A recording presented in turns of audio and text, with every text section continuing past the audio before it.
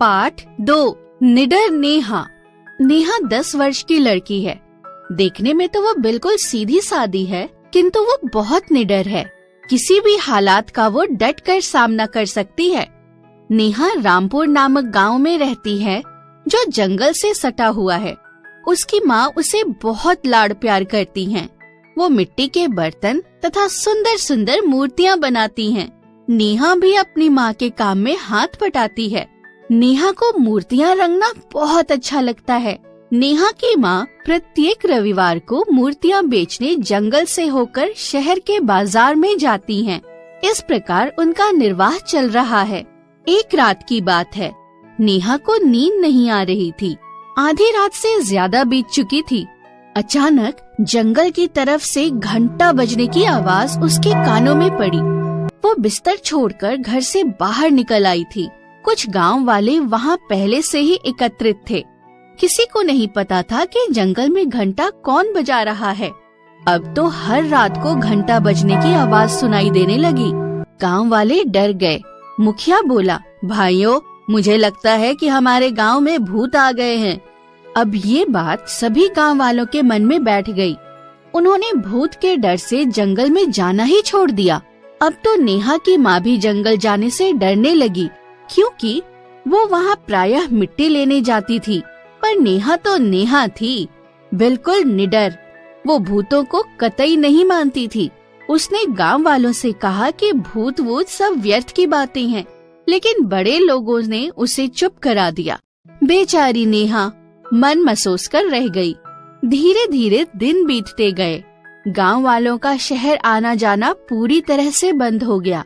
एक दिन नेहा की माँ की सेहत खराब हो गई। उसे देखकर नेहा ने मूर्तियाँ शहर ले जाकर बेचने का निर्णय लिया। वो माँ के मना करने पर भी चली गई। उसने मन ही मन जंगल के मार्ग से शहर जाने की योजना बनाई। नेहा ने सावधानी से मूर्तियों का टोकरा सिर पर रखा और शहर की तरफ चल पड़ी।